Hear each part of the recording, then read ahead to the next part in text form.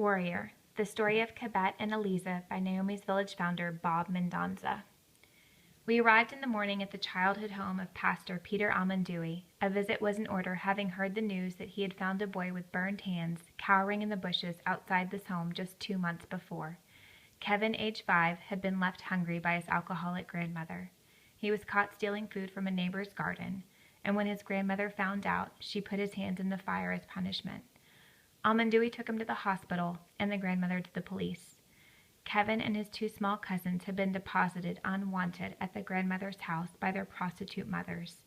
Her response was to leave them all day in a pen, much like animals, without food, while she went to a bar in town.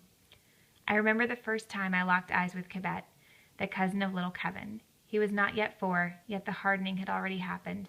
His hollow eyes stared back impassively. Pastor Amandui had received custody of Kevin, but Kibet was still in the abusive crosshairs of his grandmother. As we drove away that day in 2010, I knew we would be back for him once Naomi's Village was finished.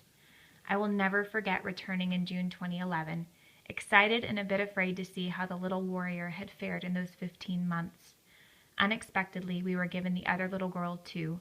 Chayesh introduced herself as Eliza, her English name, refusing to go by her old identity ever again.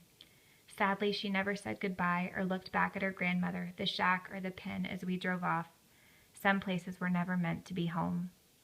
A boy with a warrior's spirit can sometimes be found by sheer accident in a faraway place where he might have languished, eventually losing heart, and he can bring his sweet cousin, who is just brave enough to change her own name, to a faraway home just for them. And they can live there and grow up strong enough to show others the way home too.